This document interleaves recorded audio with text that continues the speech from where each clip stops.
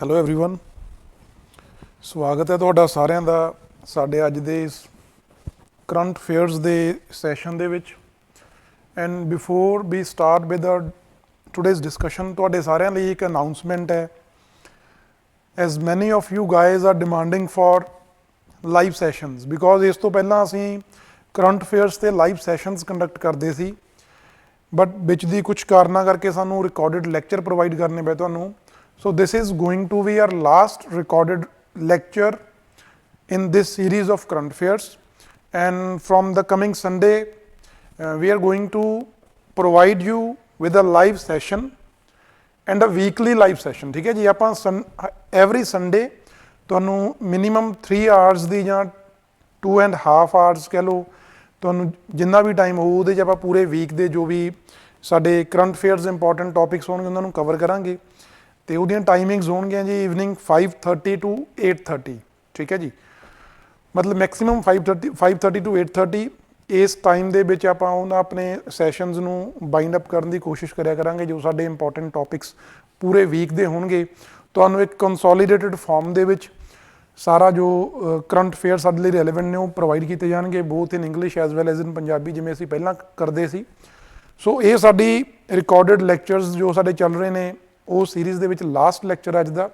ਤੇ coming Sunday ਜਿਹੜਾ ਸਾਡਾ 8th of January ਨੂੰ ਹੈ, 8th of January 5:30 PM ਆਪਾਂ ਲਾਈਵ ਸੈਸ਼ਨ 'ਚ ਮਿਲਾਂਗੇ। ਜੋ ਸਾਡਾ ਇਸ ਵੀਕ ਦੇ ਕਹਿ ਲਓ, ਇਸ ਵੀਕ ਦੇ ਤਾਂ ਚਲੋ ਸਾਡੀਆਂ ਕੁਝ ਕਲਾਸਿਸ ਹੋ ਚੁੱਕੀਆਂ ਨੇ, ਬਟ ਜੋ ਉਹਦੇ ਬਾਅਦ 2-3 ਦਿਨ ਬਚਣਗੇ ਉਹਨਾਂ ਦੇ ਕੁਝ ਟੌਪਿਕਸ ਹੋਣਗੇ, ਪਲੱਸ ਜੇ ਕੋਈ ਹੋਰ ਇੰਪੋਰਟੈਂਟ ਟੌਪਿਕ ਰਹਿ ਗਿਆ ਹੋ ਉਹਨੂੰ ਆਪਾਂ ਕਵਰ ਕਰਾਂਗੇ। ਤੇ ਉਹਦੇ ਬਾਅਦ ਆਪਾਂ ਐਵਰੀ ਸੰਡੇ ਲਾਈਵ ਸੈਸ਼ਨ ਆਪਾਂ ਕਰੰਟ ਅਫੇਅਰਸ 'ਤੇ ਲਿਆ ਕਰਾਂਗੇ। ਠੀਕ ਹੈ ਜੀ, ਚਲੋ ਆਪਾਂ ਅੱਜ ਦੀ ਸਾਡੀ ਜੋ ਕਲਾਸ ਆ ਉਹਨੂੰ ਸਟਾਰਟ ਕਰਦੇ ਹਾਂ। ਫਸਟ ਜੋ ਟੌਪਿਕ ਹੈ that is jallikattu, very important. Since 2015 ਇਹ ਟੌਪਿਕ ਰੈਗੂਲਰਲੀ ਨਿਊਜ਼ ਦੇ ਵਿੱਚ ਆ, ਤੇ ਇੱਕ ਦੋ ਵਾਰੀ ਇਹਦੇ ਤੇ ਕੁਐਸਚਨ ਪੁੱਛਿਆ ਜਾ ਚੁੱਕਿਆ UPSC prelims as well as mains ਦੇ ਵਿੱਚ, ਤੇ ਹੁਣ ਫੇਰ ਇਹ ਟੌਪਿਕ ਕਾਫੀ ਨਿਊਜ਼ ਦੇ ਵਿੱਚ ਆ। ਤੇ ਇਹਦੇ ਬਾਰੇ ਸਮਝਾਂਗੇ, ਇਹਦੇ ਬਾਰੇ ਪੜ੍ਹਾਂਗੇ। ਰੀਸੈਂਟਲੀ ਕੱਲ੍ਹ ਦੇ ਨਿਊਜ਼ਪੇਪਰ ਦੇ ਵਿੱਚ ਇਹਦੇ ਤੇ ਇੱਕ ਆਰਟੀਕਲ ਆਇਆ ਸੀ, ਜਿਹਦੇ ਕਰਕੇ ਇਹ ਟੌਪਿਕ ਆਪਾਂ ਦੁਬਾਰਾ ਡਿਸਕਸ ਕਰਨ ਲੱਗੇ ਹਾਂ ਜੀ। Why news a constitution bench of supreme court recently reserved for judgment a batch of petitions. ਠੀਕ ਹੈ ਜੀ, ਕੁਝ ਪਟੀਸ਼ਨਸ ਫਾਈਲ ਕੀਤੀਆਂ ਗਈਆਂ ਸੀ ਸੁਪਰੀਮ ਕੋਰਟ ਦੇ ਵਿੱਚ। ਜਲੀਕੱਟੂ ਜੋ ਇੱਕ ਸਪੋਰਟ ਹੈ, ਤਮਿਲਨਾਡੂ ਦੇ ਕੁਝ ਇਲਾਕਿਆਂ ਦੇ ਵਿੱਚ ਬਹੁਤ ਫੇਮਸ ਸਪੋਰਟ ਆ। ਉਸ ਸਪੋਰਟ ਨੂੰ, ਉਸ ਖੇਡ ਨੂੰ ਰੋਕਣ ਦੇ ਲਈ, ਉਸ ਖੇਡ ਦੇ ਉੱਪਰ ਬੈਨ ਲਾਉਣ ਦੇ ਲਈ ਕੁਝ ਪਟੀਸ਼ਨਸ ਫਾਈਲ ਕੀਤੀਆਂ ਗਈਆਂ ਸੀ ਸੁਪਰੀਮ ਕੋਰਟ ਦੇ ਵਿੱਚ, ਤੇ ਸੁਪਰੀਮ ਕੋਰਟ ਨੇ ਉਹਨਾਂ ਪਟੀਸ਼ਨਸ ਤੇ ਆਪਣੀ ਜੋ ਜਜਮੈਂਟ ਹੈ ਉਹਨੂੰ ਰਿਜ਼ਰਵ ਕੀਤਾ ਹੋਇਆ, ਤੇ ਆਉਣ ਵਾਲੇ ਦਿਨਾਂ ਦੇ ਵਿੱਚ ਸੁਪਰੀਮ ਕੋਰਟ ਦਾ ਉਹਦੇ ਤੇ ਫੈਸਲਾ ਆ ਜਾਣਾ। ਠੀਕ ਹੈ ਜੀ, ਤੇ ਉਹਦੇ ਬਾਰੇ ਇਹ ਨਿਊਜ਼ ਆ, ਉਹਦੇ ਬਾਰੇ ਆਰਟੀਕਲ ਸੀ ਕਿ ਇਹਨੂੰ ਬੈਨ ਕਰਨਾ ਚਾਹੀਦਾ, ਨਹੀਂ ਕਰਨਾ ਚਾਹੀਦਾ, ਜਾਂ ਕੀ ਕਾਰਨ ਨੇ ਜਿਨ੍ਹਾਂ ਕਾਰਨਾਂ ਕਰਕੇ ਇਹਨੂੰ ਬੈਨ ਕਰਨ ਦੀ ਗੱਲ ਕੀਤੀ ਜਾ ਰਹੀ ਹੈ, ਜਾਂ ਇਸ ਤੋਂ ਪਹਿਲਾਂ ਇਹਦੇ ਕੰਸਰਨ ਦੇ ਇਹਦੇ ਰਿਗਾਰਡਿੰਗ ਕੀ ਸਾਡੇ ਕੋਲੇ ਕੁਝ ਸੁਪਰੀਮ ਕੋਰਟ ਦੀਆਂ ਜਜਮੈਂਟਸ ਨੇ, ਜਾਂ ਕੌਨਸਟੀਟਿਊਸ਼ਨਲ ਪ੍ਰੋਵੀਜ਼ਨਸ, ਜਾਂ ਪਾਰਲੀਮੈਂਟਰੀ ਕੋਈ ਐਕਟ ਆ ਜੋ ਇਹਦੇ ਜੋ ਇਹਦੇ ਨਾਲ ਡੀਲ ਕਰਦਾ, ਉਹਦੇ ਬਾਰੇ ਵੀ ਆਪਾਂ ਡਿਸਕਸ ਕਰਾਂਗੇ। ਤੇ ਕੀ ਇਹਦੇ 'ਚ ਇਸ਼ੂਜ਼ ਨੇ, ਠੀਕ ਹੈ ਜੀ, ਕਿਉਂ ਇਹਨੂੰ ਬੈਨ ਕਰਨਾ ਚਾਹੀਦਾ, ਕਿਉਂ ਨਹੀਂ ਕਰਨਾ ਚਾਹੀਦਾ, ਉਹ ਸਾਰਾ ਆਪਾਂ ਡਿਟੇਲ 'ਚ ਡਿਸਕਸ ਕਰਾਂਗੇ। ਸਭ ਤੋਂ ਪਹਿਲਾਂ ਆਪਾਂ ਗੱਲ ਕਰੀਏ ਜਲੀਕੱਟੂ ਹੈ ਕੀ। What is Jallikattu? It's a bull taming sport where men compete against each other to hold on to the humps of an agitated bull। ਠੀਕ ਹੈ ਜੀ, ਇੱਕ ਬਲਦ ਹੁੰਦਾ, ਇੱਕ ਬੁੱਲ ਆ, ਉਹਨੂੰ ਇੱਕ ਐਰੀਨਾ, ਇੱਕ ਏਰੀਆ ਦੇ ਵਿੱਚ ਛੱਡਿਆ ਜਾਂਦਾ, ਤੇ ਉਹਦੇ ਲਈ ਉਹਨੂੰ ਤਿਆਰ ਕੀਤਾ ਜਾਂਦਾ। ਉਹਨਾਂ ਦੀ ਸਪੈਸ਼ਲ ਬਰੀਡ ਹੁੰਦੀ ਆ, ਉਸ ਬਰੀਡ ਦੇ ਪਰਟੀਕੂਲਰ ਬਰੀਡ ਦੇ ਬੁੱਲਸ ਨੂੰ ਹੀ ਇਸ ਗੇਮ ਦੇ ਵਿੱਚ ਯੂਜ਼ ਕੀਤਾ ਜਾਂਦਾ। ਉਹ ਕਾਫੀ ਅਗਰੈਸਿਵ ਬਰੀਡ ਆ, ਪਲੱਸ ਉਹਨੂੰ ਉਸ ਤਰ੍ਹਾਂ ਤਿਆਰ ਕੀਤਾ ਜਾਂਦਾ ਕਿ ਉਹ ਹੋਰ ਜ਼ਿਆਦਾ ਅਗਰੈਸ਼ਨ ਦਿਖਾਵੇ। ਐਂਡ ਜੋ ਇਸ ਗੇਮ ਦੇ ਦੌਰਾਨ ਜੋ ਪਾਰਟੀਸਪੈਂਟਸ ਹੁੰਦੇ ਨੇ, ਜੋ ਹਿਊਮਨ ਪਾਰਟੀਸਪੈਂਟਸ ਹੁੰਦੇ ਨੇ, ਉਹ ਉਸ ਐਗਰੈਸਿਵ ਬੁੱਲ ਨੂੰ ਕੰਟਰੋਲ ਕਰਨ ਦੀ ਕੋਸ਼ਿਸ਼ ਕਰਦੇ ਨੇ। ਜੋ ਆਦਮੀ ਉਹਨੂੰ ਕੰਟਰੋਲ ਕਰ ਲੈਂਦਾ ਉਹਨੂੰ ਵਿਨਰ ਡਿਕਲੇਅਰ ਕਰ ਦਿੱਤਾ ਜਾਂਦਾ। ਠੀਕ ਹੈ ਜੀ, it's a bull taming sport where men compete against each other to hold on to the humps of an agitated bulls released in open arena। ਠੀਕ ਹੈ ਜੀ, traditionally the sport is part of Pongal festival. Very important, ਇਹ ਜਿਹੜੀ support ਆ, ਇਹ ਜਿਹੜੀ ਖੇਡ ਆ, ਇਹ ਪੋਂਗਲ ਫੈਸਟੀਵਲ ਦਾ ਪਾਰਟ ਹੈ ਜੀ। ਪੋਂਗਲ ਫੈਸਟੀਵਲ ਇੱਕ ਨੇਚਰ ਦਾ ਕਹਿ ਲਓ, ਨੇਚਰ ਵਰਸ਼ਿਪ ਕਰਨ ਵਾਸਤੇ ਕਹਿ ਲਓ, ਜਾਂ ਨੇਚਰ ਦੇ ਦਾ ਸ਼ੁਕਰੀਆ ਕਰਨ ਦੇ ਲਈ, ਥੈਂਕਸ ਕਰਨ ਦੇ ਲਈ ਇੱਕ ਫੈਸਟੀਵਲ ਆ ਜੋ ਤਮਿਲਨਾਡੂ ਏਰੀਆ ਦੇ ਵਿੱਚ ਬਹੁਤ ਫੇਮਸ ਆ। ਉਸ ਫੈਸਟੀਵਲ ਦੇ ਦੌਰਾਨ ਹੀ ਜੋ ਜਲੀਕਾਟੂ ਦੀ ਸਪੋਰਟ ਹੈ ਇਹਨੂੰ ਪਰਫਾਰਮ ਕੀਤਾ ਜਾਂਦਾ। ਠੀਕ ਹੈ, ਜਿਵੇਂ ਤੁਸੀਂ ਆ ਇਮੇਜ ਦੇਖ ਸਕਦੇ ਹੋ, ਆ ਇੱਕ ਬੁੱਲ ਹੈ ਤੇ ਪਿੱਛੇ ਇੰਨੇ ਪਾਰਟਿਸਪੈਂਟਸ ਨੇ, ਆ ਪਿੱਛੇ ਕੁਝ ਡਿੱਗੇ ਪਏ ਨੇ, ਹੈ ਨਾ, ਜਿਨ੍ਹਾਂ ਨੂੰ ਇਸ ਬੁੱਲ ਨੇ, ਜੋ ਤੁਹਾਨੂੰ ਦੱਸਿਆ ਵੀ ਕਾਫੀ ਅਗਰੈਸਿਵ ਬਰੀਡ ਹੈ ਇਹ, ਤੇ ਉਹਨੇ ਉਹਨਾਂ ਨੂੰ ਕੰਟਰੋਲ ਕਰਨ ਦੀ ਕੋਸ਼ਿਸ਼ ਕਰ ਰਹੇ ਸੀ, ਬਟ ਉਹਨਾਂ ਨੂੰ ਸੁੱਟਿਆ ਉਹਨਾਂ ਨੇ। ਇਸੇ ਤਰ੍ਹਾਂ ਇੱਕ ਆਦਮੀ ਉਹਨੂੰ ਕੰਟਰੋਲ ਕਰਨ ਦੀ ਕੋਸ਼ਿਸ਼ ਕਰ ਰਿਹਾ। ਠੀਕ ਹੈ ਜੀ। Pongal is a festival of celebrating the nature and a kind of thanksgiving for a bountiful harvest. ਠੀਕ ਹੈ ਜੀ। ਕੁਦਰਤ ਦਾ ਧੰਨਵਾਦ ਕਰਨ ਦੇ ਲਈ, ਇੱਕ ਵਧੀਆ ਫਸਲ ਦੇ ਝਾੜ ਕਰਕੇ ਕੁਦਰਤ ਦਾ ਥੈਂਕਸ ਕਰਨ ਦੇ ਲਈ, ਸ਼ੁਕਰੀਆ ਕਰਨ ਦੇ ਲਈ ਪੋਂਗਲ ਫੈਸਟੀਵਲ ਸੈਲੀਬ੍ਰੇਟ ਕੀਤਾ ਜਾਂਦਾ ਤਮਿਲੀਅਨ ਲੋਕਾਂ ਦੇ ਦੁਆਰਾ, ਤੇ ਉਸੇ ਫੈਸਟੀਵਲ ਦਾ ਹਿੱਸਾ ਹੈ Jallikattu game. Then constitutional and statutory provisions associated with the sport. ਇਹਦੇ ਨਾਲ ਕਿਹੜੇ ਇਸ਼ੂਜ਼ ਨੇ ਜਾਂ ਕੁਝ ਕਨਸਟੀਟਿਊਸ਼ਨਲ ਆਰਟੀਕਲਸ ਨੇ ਇਹਦੇ ਨਾਲ ਰਿਲੇਟਡ ਨੇ, ਉਹਨਾਂ ਬਾਰੇ ਗੱਲ ਕਰਾਂਗੇ। ਸਭ ਤੋਂ ਪਹਿਲਾਂ ਗੱਲ ਆਉਂਦੀ ਹੈ ਜੀ article 21। As we know that article 21 talks about freedom of life and personal liberty. ਠੀਕ ਹੈ ਜੀ। ਉੱਥੇ ਆਪਾਂ ਇਹਨੂੰ ਦੇਖਦੇ ਹਾਂ ਮੇਨਲੀ ਹਿਊਮਨ ਲਾਈਫ, ਹੈ ਨਾ, ਆਪਾਂ ਹਿਊਮਨ ਲਾਈਫ ਦੇ ਕੰਟੈਕਸਟ 'ਚ ਉਸ ਆਰਟੀਕਲ ਨੂੰ ਦੇਖਦੇ ਹਾਂ। ਬਟ ਉਸ ਆਰਟੀਕਲ ਦੇ ਵਿੱਚ ਇੱਕ ਇੰਪਲੀਸਿਟ ਜੋ ਫੰਡਾਮੈਂਟਲ ਰਾਈਟ ਹੈ ਉਹ ਐਨੀਮਲਸ ਲਈ ਵੀ ਪ੍ਰੋਵਾਈਡ ਕੀਤੀ ਗਈ ਹੈ, ਜਾਂ ਕਹਿ ਲਓ from the various judgements of supreme court ਇਸ ਚੀਜ਼ ਨੂੰ ਦੇਖਿਆ ਗਿਆ, ਜਾਂ ਇਸ ਆਰਟੀਕਲ 21 ਦੇ ਅੰਡਰ ਇੱਕ ਰਾਈਟ ਹੋਰ ਐਡ ਕੀਤੀ ਗਈ ਹੈ ਜੋ ਇੰਪਲੀਸਿਟ ਆ। ਕਹਿੰਦੇ ਨੇ ਵੀ ਐਕਸਪਲਿਸਿਟਲੀ ਉਹਦੇ ਅੰਡਰ ਨਹੀਂ ਹੈ, ਬਟ ਉਹਦੇ ਅੰਦਰ ਇੰਪਲੀਸਿਟ ਉਹ ਰਾਈਟ ਹੈ। ਉਹ ਕੀ ਹੈ? Animals the right with respect to their life. Article 21 under the expression life has been expanded. The term life, ਇਸ ਆਰਟੀਕਲ ਦੇ ਅੰਦਰ ਜਿਹੜੀ ਟਰਮ ਲਾਈਫ ਹੈ ਉਹਨੂੰ ਐਕਸਪੈਂਡ ਕੀਤਾ ਗਿਆ। Expression life has been expanded to include all forms of life including animal life। ਠੀਕ ਹੈ ਜੀ। ਇਹਦਾ ਜਦੋਂ ਆਪਾਂ ਗੱਲ ਕਰਦੇ ਨਾ right to life and personal liberty, ਤਾਂ ਉਸ ਲਾਈਫ ਜੋ ਐਕਸਪ੍ਰੈਸ਼ਨ ਹੈ ਲਾਈਫ, ਉਹਦੇ 'ਚ ਆਲ ਫਾਰਮਸ ਆਫ ਲਾਈਫ ਨੇ, ਉਹ ਸਿਰਫ ਹਿਊਮਨ ਲਾਈਫ ਤੱਕ ਲਿਮਿਟਡ ਨਹੀਂ ਹੈ। ਠੀਕ ਹੈ ਜੀ। ਉਹਦੇ 'ਚ ਐਨੀਮਲ ਲਾਈਫ ਵੀ ਉਸ ਲਾਈਫ ਦਾ ਪਾਰਟ ਹੈ, ਉਸ ਐਕਸਪ੍ਰੈਸ਼ਨ ਦਾ ਪਾਰਟ ਹੈ। Moreover the right to dignity and fair treatment is also significant to animal rights. Animals ਦੇ ਲਈ ਵੀ ਜੋ ਰਾਈਟ ਟੂ ਡਿਗਨਿਟੀ ਹੈ ਜਾਂ ਫੇਅਰ ਟਰੀਟਮੈਂਟ ਹੈ, ਉਹ ਐਨੀਮਲਸ ਦੇ ਲਈ ਵੀ ਓਨੀ ਹੀ ਜ਼ਿਆਦਾ ਇੰਪੋਰਟੈਂਟ ਹੈ ਜਿੰਨੀ ਹਿਊਮਨ ਲਾਈਫ ਦੇ ਲਈ ਰੈਲੇਵੈਂਟ ਹੈ। ਠੀਕ ਹੈ। ਦੈਨ ਆਰਟੀਕਲ 20, ਇਹ ਤਾਂ ਹੋ ਗਿਆ ਫਸਟ ਆਰਟੀਕਲ ਜੋ ਇਸ ਸਪੋਰਟ ਦੇ ਕੰਟੈਕਸਟ ਦੇ ਵਿੱਚ ਸਾਨੂੰ ਧਿਆਨ ਰੱਖਣ ਦੀ ਲੋੜ ਆ, ਜਾਂ ਕਹਿ ਲਓ ਵੀ ਇਸ ਸਪੋਰਟ ਦੇ ਦੌਰਾਨ, ਇਸ ਖੇਡ ਦੇ ਦੌਰਾਨ, ਇਸ ਗੇਮ ਦੇ ਦੌਰਾਨ ਇਹ ਆਰਟੀਕਲ ਵਾਇਲੇਟ ਹੋ ਰਿਹਾ, ਕਿਉਂਕਿ ਜਿਵੇਂ ਤੁਹਾਨੂੰ ਦੱਸਿਆ ਕਿ ਲਾਰਜ ਨੰਬਰ ਆਫ ਪੀਪਲ ਉਹ ਟਰਾਈ ਕਰਦੇ ਨੇ ਉਸ ਬੁੱਲ ਨੂੰ ਕੰਟਰੋਲ ਕਰਨ ਦੀ। ਸੋ ਜ਼ਰੂਰ ਉਹਦੇ ਨਾਲ ਧੱਕਾ ਵੀ ਕੀਤਾ ਜਾਂਦਾ ਹੋਊ ਨਾ, ਉਹਦੇ ਨਾਲ ਅਨਫੇਅਰ ਟਰੀਟਮੈਂਟ ਵੀ ਕੀਤਾ ਜਾਂਦਾ ਹੋਊ। ਠੀਕ ਹੈ ਜੀ। ਉਹਦੇ ਅਗੇਂਸਟ ਕੋਈ ਨਾ ਕੋਈ ਕਰੂਐਲਿਟੀ ਵੀ ਕੀਤੀ ਜਾਂਦੀ ਹੋਊ। ਸੋ ਮਤਲਬ ਕੀ ਹੈ ਵੀ ਜੋ ਹਿਊਮਨ ਬਿਹੇਵੀਅਰ ਆ, ਜੋ ਹਿਊਮਨ ਐਕਟੀਵਿਟੀ ਆ, ਉਹ ਐਨੀਮਲ ਦੀ ਜੋ ਰਾਈਟ ਟੂ ਲਾਈਫ ਹੈ ਜਾਂ ਡਿਗਨਿਟੀ ਹੈ ਨਾ, ਰਾਈਟ ਟੂ ਡਿਗਨੀਫਾਈਡ ਲਾਈਫ ਹੈ, ਉਸ ਚੀਜ਼ ਨੂੰ ਵਾਇਲੇਟ ਕਰਦਾ, ਉਸ ਚੀਜ਼ ਨੂੰ ਬ੍ਰੀਚ ਕਰਦਾ। ਦੈਟਸ ਵਾਈ ਆਰਟੀਕਲ 21 ਇਸ ਟੌਪਿਕ ਦੇ ਕੰਟੈਕਸਟ ਦੇ ਵਿੱਚ ਸਾਡੇ ਲਈ ਇੰਪੋਰਟੈਂਟ ਹੈ। Then next is article 29 clause 1। Article 29 ਦੇ ਅੰਡਰ ਜੋ ਕਲੌਜ਼ 1 ਹੈ ਉਹ ਗੱਲ ਕਰਦਾ fundamental right guaranteed granted under part 3 of the constitution to protect the educational and cultural rights of the citizens। ਇੱਥੇ ਸਾਡੇ ਕੋਲੇ ਕਲਚਰਲ ਰਾਈਟਸ ਦੀ ਗੱਲ ਹੁੰਦੀ ਹੈ, ਕਿਉਂਕਿ 29 ਤੇ ਆਰਟੀਕਲ 30 ਹੈ ਜੋ ਉਹ ਕਲਚਰਲ ਐਂਡ ਮਾਈਨੋਰਿਟੀ ਰਾਈਟਸ ਦੀ ਗੱਲ ਕਰਦਾ। ਠੀਕ ਹੈ ਜੀ। ਤੇ ਇਹ ਆਰਟੀਕਲ 29 ਸਾਡੇ ਲਈ ਕਿਉਂ ਇੰਪੋਰਟੈਂਟ ਹੈ? ਕਿਉਂਕਿ ਇੱਕ ਆਰਟੀਕਲ 21 ਹੋ ਗਿਆ important from the point of view of the animal or from the point of animals life, ਹੈ ਨਾ, from the side of animals life. ਉਹਦੀ ਗੱਲ ਕਰਦੇ ਹਾਂ ਤਾਂ ਆਰਟੀਕਲ 21 ਵਾਇਲੇਟ ਹੋ ਰਿਹਾ।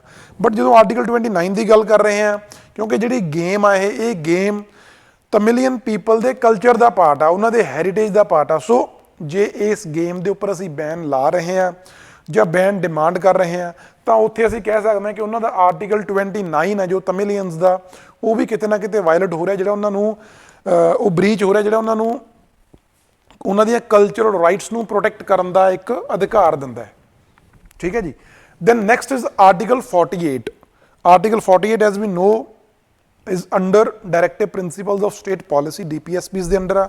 ਤੇ ਆਰਟੀਕਲ 48 ਕੀ ਕਹਿੰਦਾ? Article 48 directs the state to make efforts for banning animal slaughtering of cows, calves and other milch and draught animals। ठीक है जी, मतलब ਕਾਓ ਤੇ ਕੈਟਲ ਜਾਂ ਜਿਹੜੇ ਹੋਰ ਮਿਲਚ ਤੇ ਨਾਨ ਮਿਲਚ ਜਾਂ ਡਰਾਟ ਐਨੀਮਲਸ ਨੇ ਉਹਨਾਂ ਦੀ ਲਾਈਫ ਨੂੰ ਪ੍ਰੋਟੈਕਟ ਕਰਨ ਦੇ ਲਈ, ਉਹਨਾਂ ਦੀ ਸਲੌਟਰਿੰਗ ਨੂੰ ਰੋਕਣ ਦੇ ਲਈ ਇਹ ਇੱਕ ਡਾਇਰੈਕਟਿਵ ਆ, ਇੱਕ ਡਾਇਰੈਕਸ਼ਨ ਆ ਜਿਹੜੀ ਸਾਡੀ ਸਟੇਟ ਗਵਰਨਮੈਂਟ ਜਾਂ ਸਾਡੀ ਸੈਂਟਰਲ ਗਵਰਨਮੈਂਟ ਨੂੰ ਪ੍ਰੋਵਾਈਡ ਕਰਦਾ ਆਰਟੀਕਲ 48।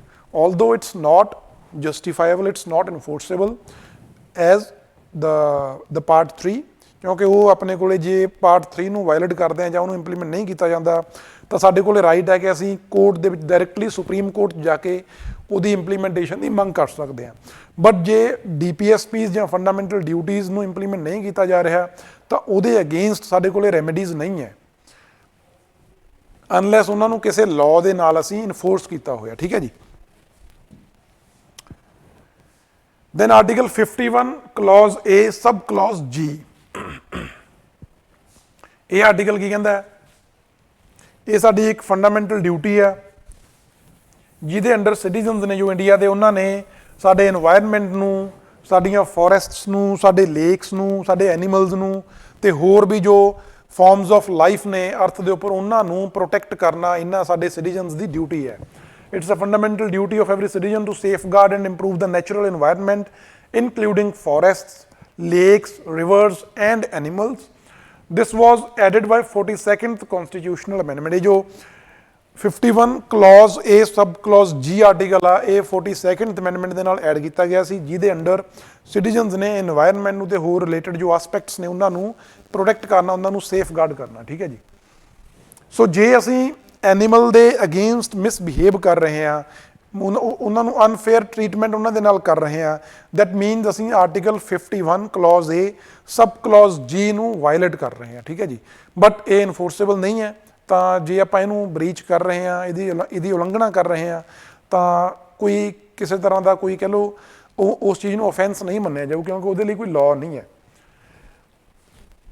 ਫਿਰ ਆਪਾਂ ਗੱਲ ਕਰਦੇ ਹਾਂ ਸਟੈਚੂਟ। ਇਹ ਤਾਂ ਸਾਡੀਆਂ ਹੋ ਗਈਆਂ ਕੌਨਸਟੀਟਿਊਸ਼ਨਲ ਪ੍ਰੋਵੀਜ਼ਨਸ ਜਾਂ ਕਿਹੜੇ ਕਿਹੜੇ ਆਰਟੀਕਲ ਐਸੋਸੀਏਟਡ ਨੇ ਵਿਦ ਦ ਗੇਮ ਆਫ ਜਲੀਕਾਟੂ। ਤੇ ਹੁਣ ਆਪਾਂ ਕੁਝ ਸਟੈਚੂਟਰੀ ਪ੍ਰੋਵੀਜ਼ਨਸ ਦੀ ਗੱਲ ਕਰਦੇ ਹਾਂ ਵੀ ਕੁਝ ਪਾਰਲੀਮੈਂਟਰੀ ਲਾਜ਼ ਸਾਡੇ ਕੁਝ ਕਾਨੂੰਨ ਬਣਾਏ ਗਏ ਨੇ ਉਹਨਾਂ ਦੀ ਗੱਲ ਕਰੀਏ। First is prevention of cruelty to animals act 1960। ਠੀਕ ਹੈ ਜੀ। Prevention of cruelty to animals act 1960 1960 ਦਾ ਇਹ ਕਾਨੂੰਨ ਆ ਜਿਹੜਾ ਐਨੀਮਲਸ ਦੇ ਅਗੇਂਸਟ ਕਿਸੇ ਵੀ ਤਰ੍ਹਾਂ ਦੀ ਕ੍ਰੂਐਲਿਟੀ ਨੂੰ, ਕਿਸੇ ਮਾੜੇ ਵਿਵਹਾਰ ਨੂੰ ਪ੍ਰੀਵੈਂਟ ਕਰਨ ਦੀ ਗੱਲ ਕਰਦਾ। ਠੀਕ ਹੈ। ਦੈਨ ਪ੍ਰੀਵੈਂਸ਼ਨ ਆਫ ਸੈਕੰਡ, ਜੋ ਇਹਦੇ ਕੰਟੈਕਸਟ ਦੇ ਵਿੱਚ ਸੈਕੰਡ ਲਾਅ ਹੈ, ਕਾਨੂੰਨ ਹੈ, ਉਹ ਕੀ ਹੈ? Prevention of cruelty to animals Tamil Nadu amendment act, Tamil Nadu amendment act 2017। ਇਹਦੇ ਅੰਡਰ ਜੋ ਸਾਡਾ ਪ੍ਰੀਵੈਂਸ਼ਨ ਆਫ ਕ੍ਰੂਐਲਿਟੀ ਜਿਹਨੂੰ ਅਸੀਂ PCTA ਐਕਟ ਕਹਿੰਦੇ ਆ, ਉਸ ਐਕਟ ਨੂੰ ਅਮੈਂਡ ਕੀਤਾ ਗਿਆ ਸੀ ਤਮਿਲਨਾਡੂ ਗਵਰਨਮੈਂਟ ਦੇ ਦੁਆਰਾ ਇਨ 2017। ਅਮੈਂਡ ਕਿਉਂ ਕੀਤਾ ਗਿਆ ਸੀ? ਕਿਉਂਕਿ 2014 ਦੇ ਵਿੱਚ 2014 ਦੇ ਵਿੱਚ ਇਹ ਨਾਗਰਾਜ ਕੇਸ ਹੋਇਆ, supreme court judgment of 2014 versus Tamil Nadu amendment. ਜੋ ਆਪਾਂ ਗੱਲ ਕਰਦੇ ਉਹਦੇ ਬਾਰੇ ਗੱਲ ਕਰਾਂਗੇ, ਜੋ ਤੁਹਾਨੂੰ ਦੱਸ ਰਿਹਾ ਪਹਿਲਾਂ। ਚਲੋ ਇਹ ਸਾਡੇ ਇਸ ਅਮੈਂਡਮੈਂਟ ਦੀ ਗੱਲ ਕਰ ਲਈਏ ਵੀ ਇਹ ਅਮੈਂਡਮੈਂਟ ਤਮਿਲਨਾਡੂ ਗਵਰਨਮੈਂਟ ਨੇ ਕਿਉਂ ਇੰਟਰੋਡਿਊਸ ਕੀਤੀ ਸੀ। It was an amendment to Prevention of Cruelty to Animals Act 1960 so as to preserve the cultural heritage of state of Tamil Nadu and to ensure survival and well-being of native breeds of the bulls। ਕਿਉਂਕਿ ਜਿਹੜੀਆਂ ਇਹਦੇ ਲਈ ਜਲੀਕਾਟੂ game ਦੇ ਵਿੱਚ ਜਿਹੜੇ bulls use ਕੀਤੇ ਜਾਂਦੇ ਨੇ, ਜਿਹੜੀ ਉਹਨਾਂ ਦੀ ਬਰੀਡ ਆ, ਉਹਨਾਂ ਨੂੰ ਸਪੈਸ਼ਲੀ ਇਸ ਗੇਮ ਦੇ ਲਈ ਹੀ ਰੇਅਰ ਕੀਤਾ ਜਾਂਦਾ, ਇਸ ਗੇਮ ਦੇ ਲਈ ਹੀ ਉਹਨਾਂ ਨੂੰ ਤਿਆਰ ਕੀਤਾ ਜਾਂਦਾ। ਠੀਕ ਹੈ ਜੀ। ਸੋ ਗਵਰਨਮੈਂਟ ਕਹਿੰਦੀ ਆ ਵੀ ਗਵਰਨਮੈਂਟ ਨੇ PCTA ਐਕਟ ਆ ਜੋ ਸਾਡਾ prevention of cruelty to animals act 1960 ਆ, ਜਿਹਦੇ ਅੰਡਰ ਐਨੀਮਲਸ ਦੇ ਅਗੇਂਸਟ ਕ੍ਰੂਐਲਿਟੀ ਨੂੰ ਰੋਕਣ ਦੀ ਗੱਲ ਕੀਤੀ ਗਈ ਆ, ਉਸ ਐਕਟ ਨੂੰ 2017 ਚ ਅਮੈਂਡ ਕੀਤਾ ਸੋ ਦੈਟ ਉਹ ਆਪਣੇ ਕਲਚਰਲ ਹੈਰੀਟੇਜ ਨੂੰ ਵੀ ਪ੍ਰੋਟੈਕਟ ਕਰ ਸਕਣ, ਕਿਉਂਕਿ ਜੋ ਜਲੀਕਾਟੂ ਗੇਮ ਆ ਉਹਨਾਂ ਦੇ ਕਲਚਰ ਦਾ ਪਾਰਟ ਹੈ, ਪਲੱਸ ਐਨੀਮਲ ਜੋ ਕੁਝ ਉੱਥੋਂ ਦੀਆਂ ਨੇਟਿਵ ਬਰੀਡਸ ਨੇ ਉਹਨਾਂ ਨੂੰ, ਉਹਨਾਂ ਦੇ ਵੈਲਬੀਇੰਗ ਨੂੰ ਵੀ ਇਨਸ਼ੋਰ ਕਰ ਸਕਣ। ਠੀਕ ਹੈ ਜੀ। ਸੋ ਉਸ ਚੀਜ਼ ਦੇ ਲਈ ਇਹਨਾਂ ਨੇ ਅਮੈਂਡਮੈਂਟ ਕੀਤੀ ਇਹ। ਤੇ ਫਿਰ ਆਪਾਂ ਗੱਲ ਕਰਦੇ ਹਾਂ supreme court judgment of 2014 versus Tamil Nadu amendment act of 2017। ਮਤਲਬ ਜੋ ਤਮਿਲਨਾਡੂ ਨੇ 2017 ਚ ਅਮੈਂਡਮੈਂਟ ਲੈ ਕੇ ਆਂਦੀ ਆ ਉਹ, ਤੇ ਉਸ ਤੋਂ ਪਹਿਲਾਂ ਜੋ ਸੁਪਰੀਮ ਕੋਰਟ ਨੇ 2014 ਦੇ ਵਿੱਚ ਇੱਕ ਜਜਮੈਂਟ ਦਿੱਤੀ ਸੀ, ਉਹਨਾਂ ਦੇ ਵਿੱਚ ਕੀ ਕਨਫਲਿਕਟ ਆ।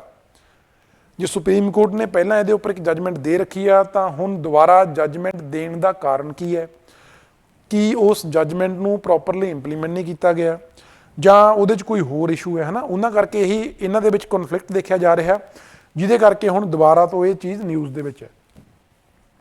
ਜਦੋਂ ਆਪਾਂ ਉਸ ਕੇਸ ਦੀ ਗੱਲ ਕਰਦੇ ਹਾਂ 2014 ਦੀ, ਸੁਪਰੀਮ ਕੋਰਟ ਇਨ, ਵੈਰੀ ਇੰਪੋਰਟੈਂਟ, ਸਾਨੂੰ ਕੇਸ ਦਾ ਨਾਂ ਵੀ ਪਤਾ ਹੋਣਾ ਚਾਹੀਦਾ ਕਿਉਂਕਿ ਕੇਸ ਦੇ ਨਾਂ ਵੀ ਕਈ ਵਾਰੀ ਪੁੱਛੇ ਜਾ ਸਕਦੇ ਨੇ, ਪ੍ਰੀ ਦੇ ਵਿੱਚ ਪੁੱਛੇ ਜਾ ਸਕਦੇ ਨੇ ਜੇ ਕੋਈ ਰੀਸੈਂਟਲੀ ਕੋਈ ਜੱਜਮੈਂਟ ਆਈ ਆ, ਪਲੱਸ ਮੇਨਸ ਦੇ ਵਿੱਚ ਅਸੀਂ ਜਦੋਂ ਆਨਸਰ ਰਾਈਟਿੰਗ ਕਰਦੇ ਹਾਂ ਉਦੋਂ ਅਸੀਂ ਇਹਨਾਂ ਕੇਸਿਸ ਨੂੰ ਬਾਈ ਨੇਮ ਆਪਾਂ ਕੋਟ ਕਰ ਸਕਦੇ ਹਾਂ, ਠੀਕ ਹੈ ਜੀ। Supreme Court in A Nagaraja case 2014 held Jallikattu as cruelty to bulls. Supreme Court ਨੇ ਕਿਹਾ ਸੀ ਵੀ ਜੋ ਜਲੀਕਾਟੂ ਦੀ ਗੇਮ ਆ ਇਹ ਇੱਕ ਐਕਟ ਆ ਕ੍ਰੂਐਲਿਟੀ ਦਾ, ਠੀਕ ਹੈ, it's an act of cruelty against bulls. Also there is a threat to life of both the animal as well as human participants. ਇਹਦੇ ਨਾਲ ਐਨੀਮਲ ਦੇ ਅਗੇਂਸਟ ਕ੍ਰੂਐਲਿਟੀ ਤਾਂ ਹੈ ਹੀ, ਬਟ ਉਹਦੇ ਨਾਲ ਇਹ ਇੱਕ ਥ੍ਰੈਟ ਵੀ ਆ to the life of animal as well as the participants. ਜਿਵੇਂ ਤੁਸੀਂ ਇੱਥੇ ਦੇਖ ਸਕਦੇ ਹੋ, ਇਸ ਬੁੱਲ ਨੂੰ ਕੰਟਰੋਲ ਕਰ ਰਹੇ ਨੇ ਕਿੰਨੇ ਲੋਕ, ਤੇ 3-4 ਲੋਕ ਇਸ ਬੁੱਲ ਦੇ ਨੀਚੇ ਨੇ, ਹਨਾ। ਸੋ ਜੇ ਇਹਨਾਂ ਦੇ ਕਹਿ ਲਓ ਕੋਈ ਸੀਵੀਅਰ ਇੰਜਰੀ ਹੋ ਜਾਂਦੀ ਹੈ ਜਿਹਦੇ ਨਾਲ ਪਾਰਟਿਸਪੈਂਟਸ ਦੀ ਡੈਥ ਵੀ ਹੋ ਸਕਦੀ ਹੈ, ਠੀਕ ਹੈ। ਸੋ ਇਸ ਤੋਂ ਪਹਿਲਾਂ ਵੀ ਕਈ ਡੈਥਸ ਦੇ ਕੇਸਿਸ ਰਿਪੋਰਟ ਕੀਤੇ ਜਾ ਚੁੱਕੇ ਨੇ, ਕਈ ਵਾਰੀ ਜੋ ਪਾਰਟਿਸਪੈਂਟਸ ਨੇ ਉਹਨਾਂ ਦੀ ਡੈਥ ਹੋਈ ਹੈ, ਕਈ ਵਾਰੀ ਜੋ ਬੁੱਲ ਹੈ ਉਹ ਕਹਿ ਲਓ ਐਗਰੈਸਿਵ ਹੁੰਦਾ, ਅਨਕੰਟਰੋਲਡ ਹੈ, ਤਾਂ ਜੋ ਆਸੇ-ਪਾਸੇ ਲੋਕ ਨੇ, ਜੋ ਆਡੀਅנס ਖੜੀ ਹੈ, ਉਹਨਾਂ ਨੂੰ ਵੀ ਜਾ ਕੇ ਹਾਰਮ ਕਰਦਾ, ਤੇ ਉਹਨਾਂ ਦੇ ਵਿੱਚ ਵੀ ਡੈਥਸ ਰਿਪੋਰਟ ਕੀਤੀਆਂ ਗਈਆਂ ਨੇ, ਠੀਕ ਹੈ। ਜਿਹਦੇ ਕਰਕੇ ਸੁਪਰੀਮ ਕੋਰਟ ਨੇ 2014 ਇਹ ਨਾਗਾਰਾਜਾ ਕੇਸ ਦੇ ਅੰਡਰ ਇਸ ਗੇਮ ਨੂੰ ਐਜ਼ ਅ ਕ੍ਰੂਐਲਿਟੀ ਅਗੇਂਸਟ ਬੁਲਸ ਕਹਿ ਕੇ ਇਹਦੇ ਉੱਪਰ ਇੱਕ ਬੈਨ ਲਾਇਆ ਸੀ, ਠੀਕ ਹੈ ਜੀ। ਤੇ ਜਿਹੜੇ ਬੈਨ ਨੂੰ ਖਤਮ ਕਰਨ ਦੇ ਲਈ ਤਮਿਲਨਾਡੂ ਗਵਰਨਮੈਂਟ ਨੇ 2017 ਦੇ ਵਿੱਚ ਅਮੈਂਡਮੈਂਟ ਕੀਤੀ ਸੀ। Prevention of cruelty to animals Tamil Nadu amendment 2017 ਨੂੰ ਦੱਸਤਾ ਪਹਿਲਾਂ ਮੈਂ। Then moreover the case is seen as a conflict between the fundamental rights guaranteed under Article 29 and an implicit right to life of animals under Article 21। ਜੋ ਤੁਹਾਨੂੰ ਪਹਿਲਾਂ ਦੱਸਿਆ ਕਿ Article 21 ਜੋ ਐਨੀਮਲਸ ਦੀ ਲਾਈਫ ਦੀ ਗੱਲ ਕਰਦਾ ਜਾਂ implicit right ਹੈ for animals life, plus Article 29 ਜੋ ਕਲਚਰ ਨੂੰ ਪ੍ਰੋਟੈਕਟ ਕਰਨ ਦੀ ਗੱਲ ਕਰਦਾ, ਉਹਨਾਂ ਦੋਨਾਂ ਦੇ ਵਿੱਚ ਵੀ ਕਨਫਲਿਕਟ ਦੀ ਤਰ੍ਹਾਂ ਦੇਖਿਆ ਜਾ ਰਿਹਾ ਹੈ ਕੇਸ। ਫਿਰ ਆਪਾਂ ਗੱਲ ਕਰਦੇ ਹਾਂ ਜੀ, ਇਹ ਤਾਂ ਸਾਡੇ ਕੋਲ ਹੋ ਗਈਆਂ ਜੋ ਇਸ ਗੇਮ ਦੇ ਸੰਬੰਧ ਦੇ ਵਿੱਚ ਕੁਝ ਕਨਸਟੀਟਿਊਸ਼ਨਲ ਪ੍ਰੋਵੀਜ਼ਨਸ ਨੇ, ਕੁਝ ਸਟੈਚੂਟਰੀ ਪ੍ਰੋਵੀਜ਼ਨਸ ਨੇ, ਪਲੱਸ ਸੁਪਰੀਮ ਕੋਰਟ ਦੀ ਕੀ ਉਹ 'ਤੇ ਸਟੈਂਡਿੰਗ ਕੀ ਆ ਉਸ ਕੇਸ ਦੇ ਉੱਪਰ, ਠੀਕ ਹੈ ਜੀ। ਫਿਰ ਹੁਣ ਆਪਾਂ ਗੱਲ ਕਰਦੇ ਹਾਂ arguments in favour of the support. ਜਿਹੜੀ ਇਹ ਗੇਮ ਆ ਇਹ ਹਾਲੇ ਤੱਕ ਚੱਲ ਰਹੀ ਆ, ਇਹਦੇ ਪੱਖ ਦੇ ਵਿੱਚ ਕਿਹੜੀਆਂ ਗੱਲਾਂ ਕਹੀਆਂ ਜਾ ਰਹੀਆਂ ਨੇ। First, sport as a part of culture and tradition of Tamilians. Then to showcase the quality of cattle, the breeding skills of cattle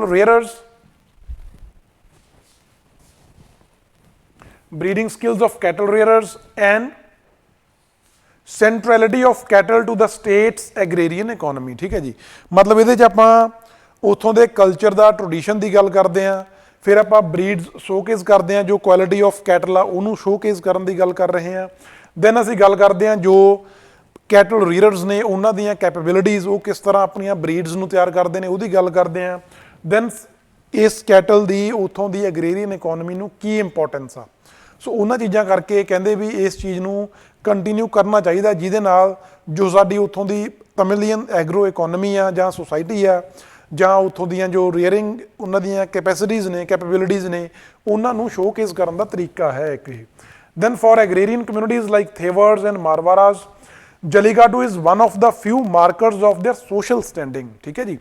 ਇਸ ਚੀਜ਼ ਨੂੰ ਆਪਣੀ ਸੋਸ਼ਲ ਸਟੈਂਡਿੰਗ ਦੀ ਤਰ੍ਹਾਂ ਵੀ ਦੇਖਦੇ ਨੇ ਉਹ, ਕਿਉਂਕਿ ਇੱਕ ਬਹੁਤ ਇੱਕ ਵਧੀਆ ਕੁਆਲਿਟੀ ਦੀ ਬਰੀਡ ਆ ਬੁਲਸ ਦੀ, ਤੇ ਜਿਹੜੇ ਉਹਨੂੰ ਰੱਖਦੇ ਨੇ ਉਹਨਾਂ ਨੂੰ ਇੱਕ ਸੋਸ਼ਲ ਕਹਿ ਲਓ ਰਿਸਪੈਕਟ ਦਿੱਤੀ ਜਾਂਦੀ ਹੈ, ਠੀਕ ਹੈ। ਜਾਂ ਕਹਿ ਲਓ ਵੀ ਉਹਨੂੰ, ਜਿਵੇਂ ਆਪਾਂ ਪੰਜਾਬ ਦੇ ਵਿੱਚ ਗੱਲ ਕਰ ਲਈਏ, ਜਾਂ ਜ਼ਮੀਨਾਂ ਨੂੰ ਦੇਖਿਆ ਜਾਂਦਾ ਨਾ ਇੱਥੇ, ਜਿਹਦੇ ਕੋਲ ਜ਼ਿਆਦਾ ਜ਼ਮੀਨ ਆ ਉਹਨੂੰ ਸੁਸਾਇਟੀ ਦੇ ਵਿੱਚ ਇੱਕ ਵਧੀਆ ਰਿਸਪੈਕਟ ਮਿਲਦੀ ਆ। ਜਾਂ ਆਪਾਂ ਰਾਜਸਥਾਨ ਦੀ ਗੱਲ ਕਰ ਲਈਏ ਜਿੱਥੇ ਘੋੜਿਆਂ ਦੀਆਂ ਬਹੁਤ ਵਧੀਆ ਨਸਲਾਂ ਨੇ, ਹੈ ਨਾ, ਜਾਂ ਮਾਰਵਾੜੀ ਘੋੜੇ ਕਹਿੰਦੇ ਆਪਾਂ। ਸੋ ਉਹਨਾਂ ਦੇ ਜਿਨ੍ਹਾਂ ਕੋਲ ਉੱਦਾਂ ਦੇ ਘੋੜੇ ਨੇ ਉਹਨਾਂ ਨੂੰ ਇੱਕ ਸੁਸਾਇਟੀ ਦੇ ਵਿੱਚ ਰਿਸਪੈਕਟ ਦਿੱਤੀ ਜਾਂਦੀ ਆ। ਉਸੇ ਤਰ੍ਹਾਂ ਜਦੋਂ ਅਸੀਂ ਗੱਲ ਕਰਦੇ ਹਾਂ ਤਮਿਲਨਾਡੂ ਦੀ, ਤਾਂ ਉੱਥੇ ਜੋ ਕੁਝ ਉੱਥੋਂ ਦੀਆਂ ਐਗਰੀਕਲਚਰ ਕਰਨ ਵਾਲੀਆਂ, ਜੋ ਖੇਤੀਬਾੜੀ ਦੇ ਨਾਲ ਸੰਬੰਧਿਤ ਜੋ ਕੁਝ ਕਾਸਟ ਨੇ ਜਾਂ ਲੋਕ ਨੇ ਜਿਹੜੇ ਖੇਤੀਬਾੜੀ ਨਾਲ ਸੰਬੰਧਿਤ ਨੇ, ਉਹਨਾਂ ਨੂੰ ਇਸ ਚੀਜ਼ ਦੇ ਨਾਲ, ਇਸ ਬੁਲਸ ਦੇ ਨਾਲ ਜੋ ਸਾਡੇ ਜਲੀਕਾਟੂ ਦੇ ਵਿੱਚ ਯੂਜ਼ ਹੁੰਦੇ ਨੇ, ਉਹਨਾਂ ਨੂੰ ਐਜ਼ ਅ ਸੋਸ਼ਲ ਸਟੈਂਡਿੰਗ ਦੇਖਦੇ ਨੇ ਆਪਣੀ, ਠੀਕ ਹੈ ਜੀ। ਉਹ and identity in fast changing world, ਕਿਉਂਕਿ ਹੁਣ ਬਹੁਤ ਜ਼ਿਆਦਾ ਵਰਲਡ ਚੇਂਜ ਹੋ ਰਿਹਾ, ਤਾਂ ਇਸ ਚੀਜ਼ ਨੂੰ ਉਹਨਾਂ ਨੇ ਵੀ ਇਸ ਤਰ੍ਹਾਂ ਦਿਖਾ ਰਹੇ ਨੇ ਵੀ ਉਹ ਆਪਣੇ ਟ੍ਰੈਡੀਸ਼ਨ ਨੂੰ ਵੀ ਕੈਰੀ ਫਾਰਵਰਡ ਕਰ ਰਹੇ ਨੇ, ਪਲੱਸ ਉਹਨਾਂ ਦੀ ਸੁਸਾਇਟੀ ਦੇ ਵਿੱਚ ਰਿਸਪੈਕਟ ਵੀ ਉਹਦੇ ਨਾਲ ਬਣਦੀ ਹੈ।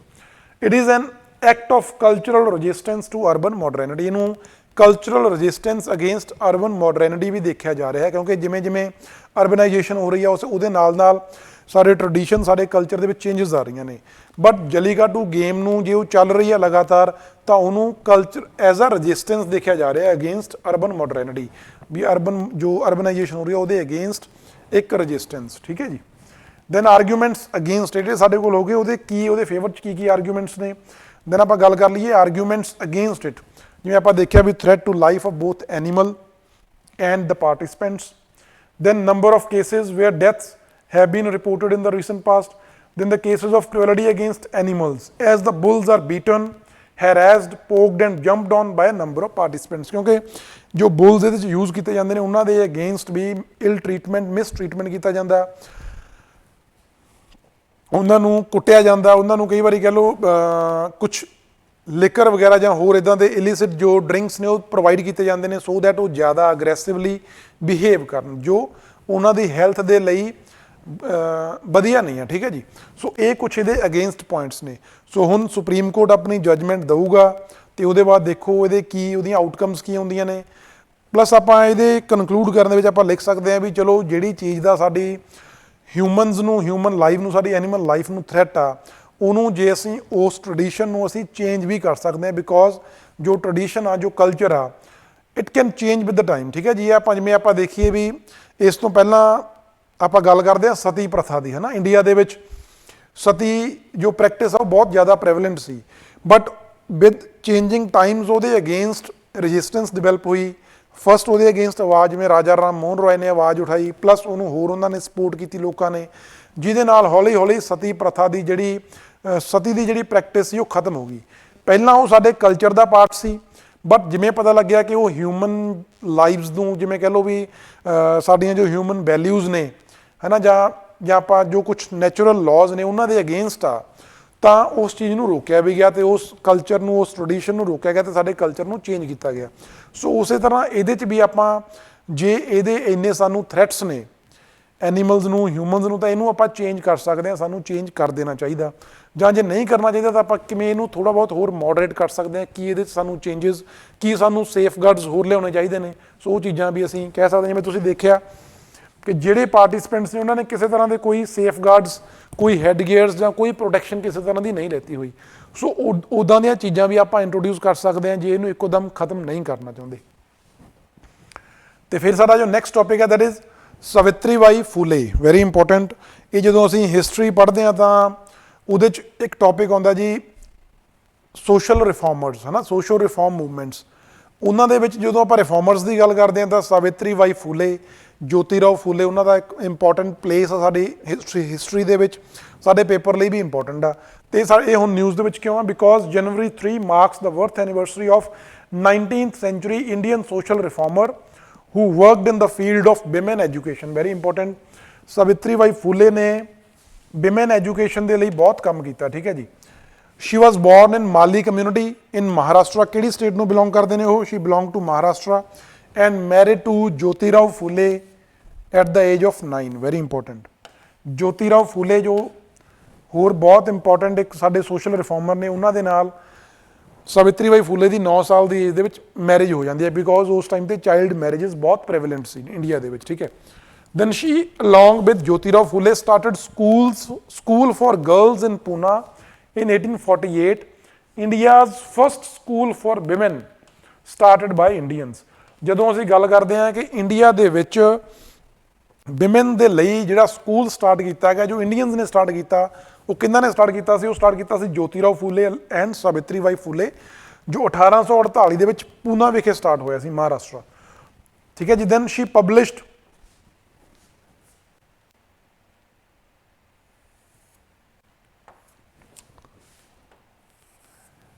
ਬਵਨ ਕਾਸ਼ੀ ਸੁਬੋਧ ਰਤਨਾਕਰ ਇਨ 1892। ਠੀਕ ਹੈ ਜੀ। ਇਹਨਾਂ ਨੇ ਕੁਛ ਕਹਿ ਲਓ ਇਹਨਾਂ ਨੇ ਕੁਛ ਨਿਊਜ਼ਪੇਪਰਸ ਜਾਂ ਕੁਛ ਬੁੱਕਸ ਪਬਲਿਸ਼ ਕੀਤੀਆਂ ਨੇ। ਜਿਨ੍ਹਾਂ ਦੇ ਵਿੱਚੋਂ ਸਾਡੇ ਕੋਲ ਇੰਪੋਰਟੈਂਟ ਹੈ ਜੀ